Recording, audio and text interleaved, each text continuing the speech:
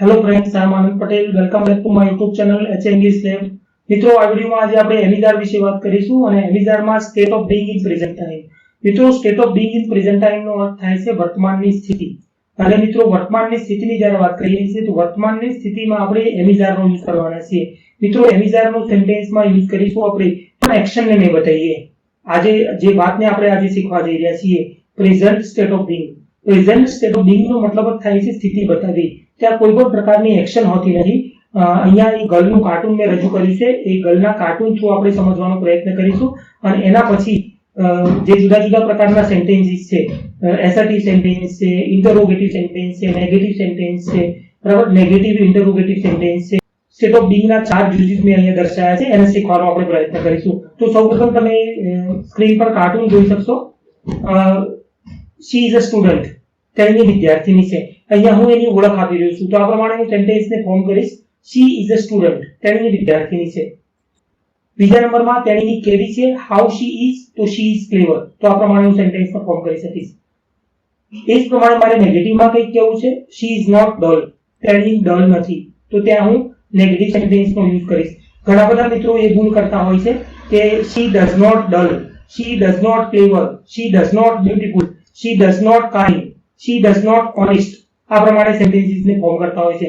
પણ મિત્રો ડઝ નો ઉપયોગ અને ડુ નો ઉપયોગ માત્ર જે સેન્ટેન્સમાં ક્રિયા છે અને આપણે કાળનું સેન્ટેન્સ ફોર્મ કરી રહ્યા છીએ, ટેન્સનું સેન્ટેન્સ ફોર્મ કરી રહ્યા છીએ, ત્યારે જ આપણે સાદા વર્તમાન કાળની અંદર ડુ ડઝ નો ઉપયોગ કરીશું. પણ જ્યારે આપણે સ્થિતિને બતાવી રહ્યા છીએ, સ્ટેટ ઓફ બીઇંગને બતાવી રહ્યા છીએ, આ પ્રમાણે સિમ્પલ સેન્ટેન્સીસ આપણે લખી રહ્યા છીએ કે જેની અંદર કોઈ પણ પ્રકારનો ટેન્સ નથી, અહીંયા આપણને કાળ નથી દેખાતું. હા ઠીક છે, એમિઝારનો યુઝ કરવાના છીએ, વર્તમાન ચોક્કસ છે, પણ આપણે અહીંયા કોઈ પણ પ્રકારની ક્રિયાને બતાવવાની નથી. તો ત્યાં આપણે ડુ કે ડઝ નો યુઝ નહીં કરીએ નેગેટિવ સેન્ટેન્સ બનાવવા માટે અને ઇન્ટરોગેટિવ સેન્ટેન્સ બનાવવા માટે પણ. તો આ પ્રમાણે હું સેન્ટેન્સને ફોર્મ કરી શકીશ. શી ઇઝ નોટ ડલ, તેણી ડલ નથી. એ જ પ્રમાણે મિત્રો બીજો શબ્દ છે શી ઇઝ રીચ, તેણી રીચ છે, તેણી ધનવાન છે. તો ત્યાં હું એ પ્રમાણે સેન્ટેન્સ બનાવી શકું છું. એની જે કન્ડિશન છે એને હું અહીંયા બતાવી શકું છું. એ જ પ્રમાણે એની નેગેટિવ કન્ડિશનને મારે રજૂ કરવી છે.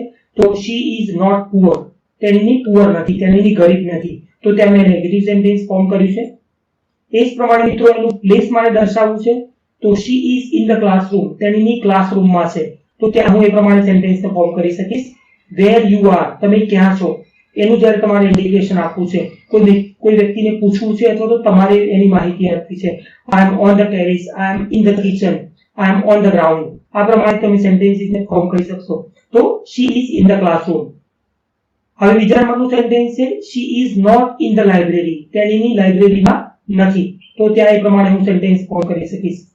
એના પછી છે શી ઇઝ ફેટ, એનું ફિઝિકલ અપિયરન્સ છે એને અહીંયા વર્ણન કર્યું છે. તો તેની ફેટ છે. એ જ પ્રમાણે નેગેટિવ સેન્ટેન્સ ફોર્મ કરું છું. તો શી ઇઝ નોટ થીન, તેની થીન નથી, પાતળી નથી. એ જ પ્રમાણે મિત્રો શી ઇઝ હેપી, તેની ખુશ છે. અને નેગેટિવ સેન્ટેન્સમાં શી ઇઝ નોટ સેડ, તેની ઉદાસ નથી. તો આ પ્રમાણે સેન્ટેન્સનો યુઝ કરી શકીએ છીએ, જેમાં આપણે શી ની સાથે હંમેશા ઇઝ અને નેગેટિવ સેન્ટેન્સ બનાવવા માટે ઇઝ નોટ, તો શી ઇઝ અને પછી નેગેટિવમાં ઇઝ નોટ નો યુઝ કરી શકીએ છીએ. એ જ પ્રમાણે મિત્રો એજને દર્શાવવા માટે શી ઇઝ 15 years old, તેની 15 વર્ષની છે. તો ત્યાં પણ મેં ઇઝ નો યુઝ કર્યો છે. એ જ પ્રમાણે ટોલ, શી ઇઝ ટોલ, અહીંયા ફરીથી મેં એનો ફિઝિકલ અપિયરન્સ જે છે એ દર્શાવ્યો છે. તો શી ઇઝ ટોલ.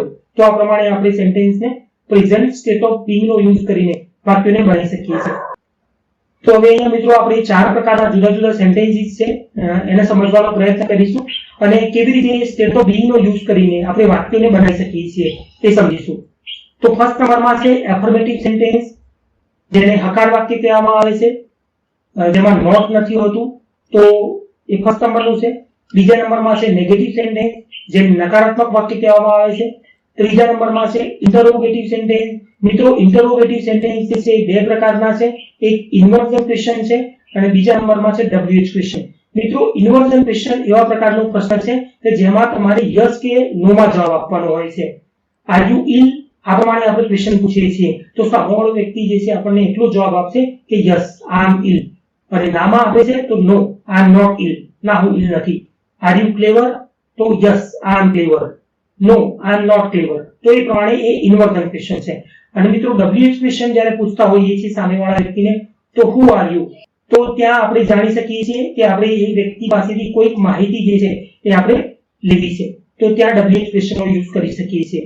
અને ચોથા નંબરમાં છે નેગેટિવ ઇન્ટરોગેટિવ સેન્ટેન્સ.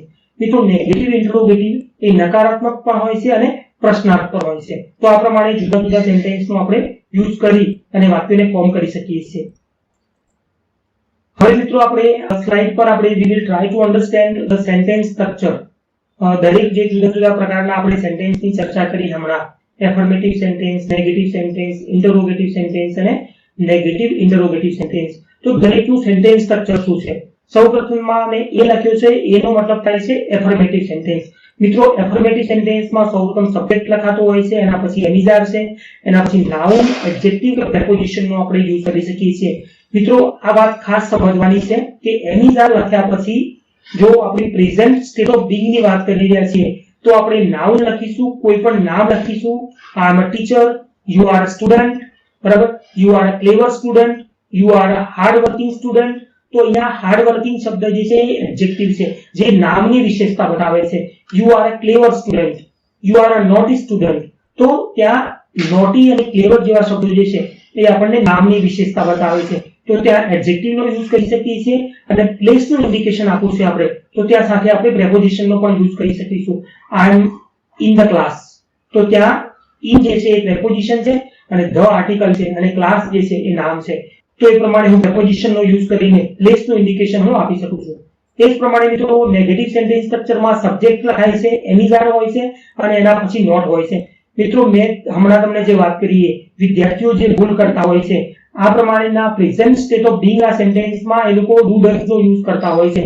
પણ મિત્રો અહીંયા આપણે ડુ ડઝનો યુઝ કરવાનો નથી. અહીંયા આપણે જ્યારે સ્થિતિનું વર્ણન કરીએ છીએ તો આપણે ઇઝ નોટ, આર નોટ અને એમ નોટ નો યુઝ કરીશું. સબ્જેક્ટ પ્રમાણે આઈ એમ નોટ એ પ્રમાણે લખીશું, you are not, she is not. આ પ્રમાણે સેન્ટેન્સ સ્ટ્રક્ચરને આપણે ફોર્મ કરીશું.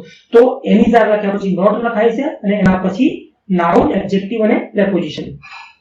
એ જ પ્રમાણે મિત્રો ઇન્ટરોગેટિવ સેન્ટેન્સ છે. ઇન્ટરોગેટિવ સેન્ટેન્સ મેં તમને કીધું એ પ્રમાણે બે પ્રકારના છે. એમિઝારને વાક્યની શરૂઆતમાં મૂકવામાં આવે છે જો ઇન્વર્ઝન ક્વેશ્ચન હોય તો, જેનો આન્સર આપણને માત્ર હા કે નામાં મળે છે, તો એમિઝારને વાક્યની શરૂઆતમાં મુકાય છે. બીજા નંબરમાં સબ્જેક્ટ હોય છે અને પછી નાઉન, એડજેક્ટિવ કે પ્રેપોઝિશનનો યુઝ કરી શકીએ છીએ આપણે. એ જ પ્રમાણે મિત્રો WH ક્વેશ્ચનમાં સૌપ્રથમ આપણે WH ક્વેશ્ચન મૂકીશું, જેનાથી આપણે પ્રશ્ન પૂછવું છે. જુદા જુદા જે WH ક્વેશ્ચન છે, who, what, where, when, why, એનો યુઝ આપણે કરી શકીએ છીએ. એના પછી એમિઝાર છે, પછી સબ્જેક્ટ છે અને એના પછી નાઉન, એડજેક્ટિવ કે પ્રેપોઝિશનને આપણે લખવાનું થાય છે.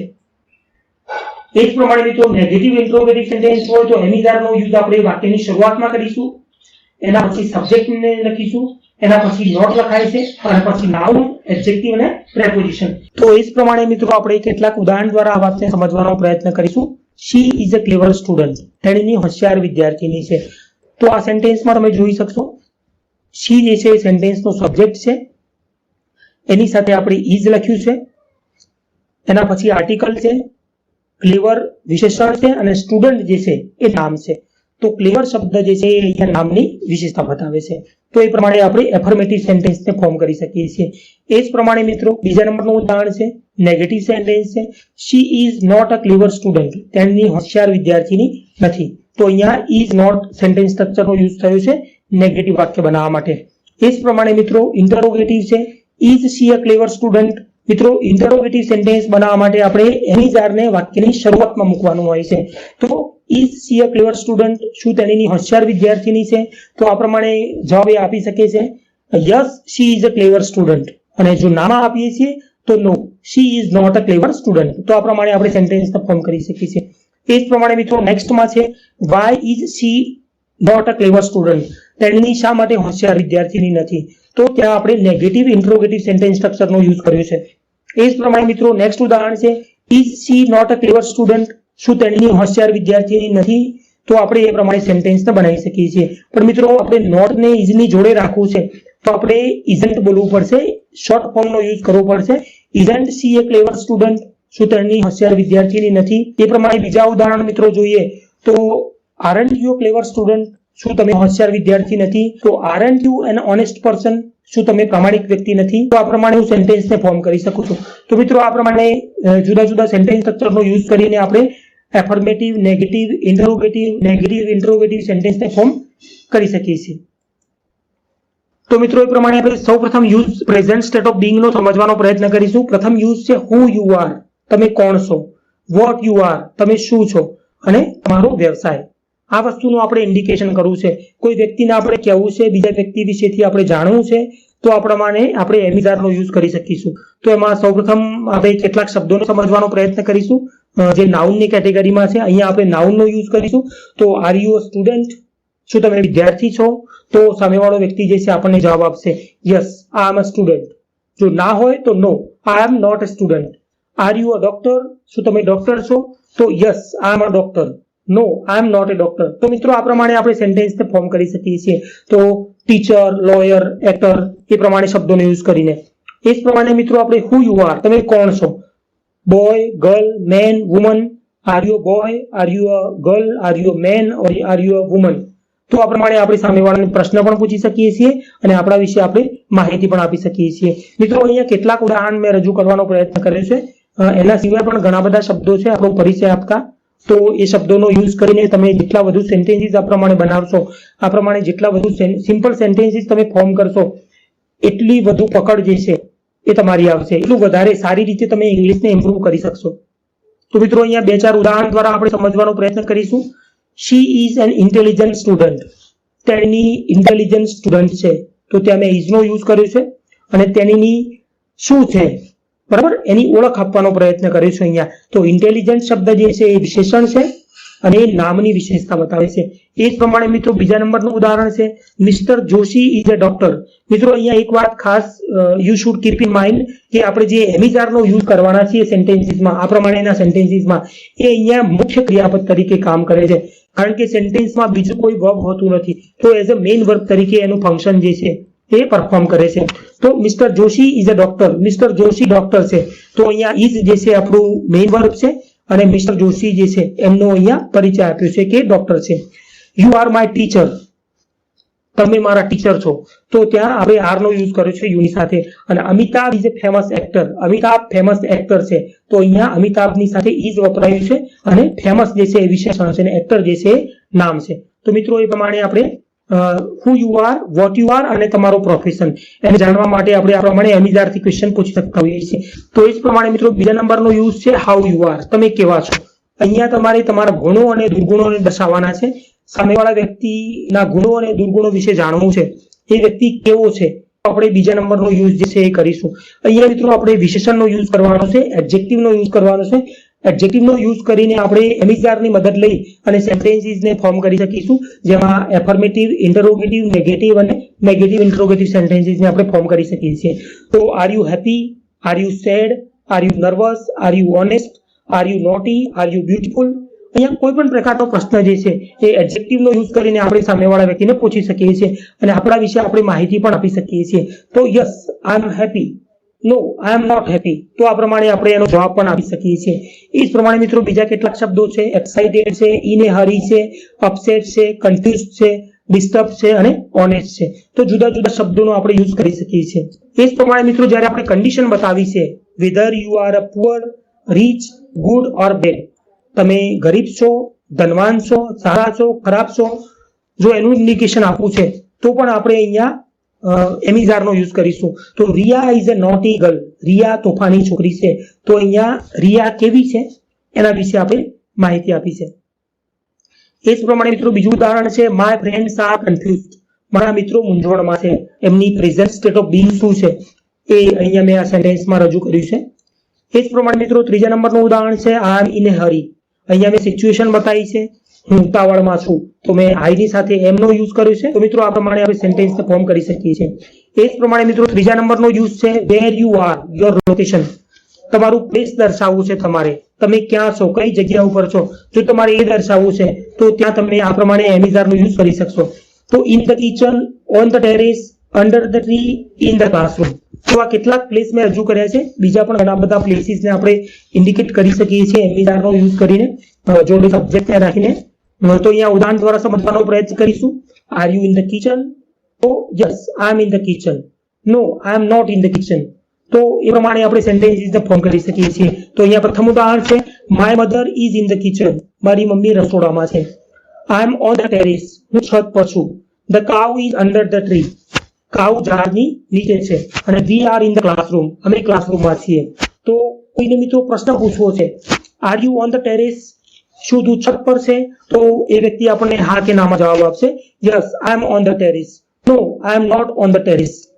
Are you in the library, શું તું લાઇબ્રેરીમાં છે? તો yes I am in the library, no I am not in the library. Are you in the school, શું તું સ્કૂલમાં છે? તો yes I am in the school, no I am not in the school. તો મિત્રો આ પ્રમાણે તમે વધુ ને વધુ જેટલી પ્રેક્ટિસ કરશો એટલી વધુ ફ્લુઅન્સી આવશે। જેટલા વધુ સેન્ટેન્સીસ તમે ફોર્મ કરશો જેટલું વધુ સારી રીતે તમે સેન્ટેન્સીસ બનાવી શકશો અને ઓટોમેટિકલી એ પછી તમે એને બોલી પણ શકશો એ સેન્ટેન્સીસને। તો મિત્રો આ પ્રમાણે લોકેશનને બતાવવા માટે આપણે એમિઝારનો યુઝ કરી શકીએ છીએ। એ જ પ્રમાણે મિત્રો ચોથા નંબરનો યુઝ છે વેધર, એજ અને રિલેશનને, વાતાવરણને, ઉંમરને અને સંબંધને રજૂ કરવા માટે પણ આપણે એમિઝારનો યુઝ કરી શકીએ છીએ। ઉદાહરણ તરીકે જો આપણે સમજવાનો પ્રયત્ન કરીએ તો અહીંયા આપણે ઉંમર જાણવી છે। આર યુ 15 years old, શું તું 15 વર્ષનો છે? તો yes I am 15 years old, no I am not 15 years old। Is your sister 20 years old, શું તારી બેન 20 વર્ષની છે? તો yes my sister is 20 years old। અને નો માં જવાબ આપીએ છીએ તો no my sister is not 20 years old। તો મિત્રો આ પ્રમાણે ક્વેશ્ચન આન્સરને આપણે ફોર્મ કરી શકીએ છીએ અને જેટલા વધુ શક્ય બને એટલા સેન્ટેન્સીસ આપણે બનાવી શકીએ છીએ। તો તમે સ્ક્રીન પર જોઈ શકશો સૌપ્રથમ 18 years લખેલું છે જે આપણે એજને બતાવી શકીએ છીએ। બીજા નંબરમાં આપણે વાતાવરણને બતાવવું છે, હોટ, કોલ્ડ, રેની, ક્લાઉડી। બીજા નંબરમાં, ત્રીજા નંબરમાં રિલેશન્સને બતાવવા છે, આપણા સંબંધોને બતાવવા છે, તો ફ્રેન્ડ, ફાધર, મધર, સિસ્ટર, બીજા પણ ઘણા બધા રિલેશન્સ છે એને આપણે બતાવી શકીએ છીએ। તો આઈ એમ 25 years old, હું 25 વર્ષનો છું। ઇટ ઇઝ હોટ ટુડે, આજે ગરમી બહુ છે। યુ આર માય ફ્રેન્ડ, તું મારો મિત્ર છે। તો મિત્રો આ પ્રમાણે આપણે એમિઝારનો યુઝ કરીને સેન્ટેન્સીસને ફોર્મ કરી શકીએ છીએ। મિત્રો આશા રાખું કે તમે વિડીયો થ્રુ શીખવાનો પ્રયત્ન કરશો અને વધુ સેન્ટેન્સીસ માટે આ પ્રમાણે તમારા ઘરે પ્રેક્ટિસ કરશો। મિત્રો અહીંયા ખાસ વાત ફરીથી એક હું તમને કહેવા માંગીશ કે પ્રેઝન્ટ સ્ટેટ ઓફ બીંગનો જ્યારે આપણે યુઝ કરતા હોય તો ત્યારે આપણે કોઈ પણ ક્રિયાને બતાવવાની નથી, ખાલી આપણે સ્થિતિને બતાવવાની છે। તો ત્યાં માત્ર આપણે એમિઝારનો યુઝ કરીશું વર્તમાનની વાતને રજૂ કરવા માટે। તો મિત્રો આ પ્રમાણે આ વિડીયોમાં આપણે એમિઝારની પ્રેઝન્ટ સ્ટેટ ઓફ બીંગની વાતને અહીંયા પૂર્ણ કરીએ છીએ। નેક્સ્ટ વિડીયોમાં બીજા ટોપિક સાથે મળીશું। જો તમને આ વિડીયો ગમે છે તો પ્લીઝ એને લાઈક કરશો, શેર કરશો અને સબસ્ક્રાઇબ કરશો, જે બીજા વિડીયો હું અપલોડ કરું છું એની નોટિફિકેશન તમને મળતી રહે। મિત્રો બીજા વિડીયોમાં મળીએ, ત્યાર સુધી till then take care, do practising, keep watching, good by.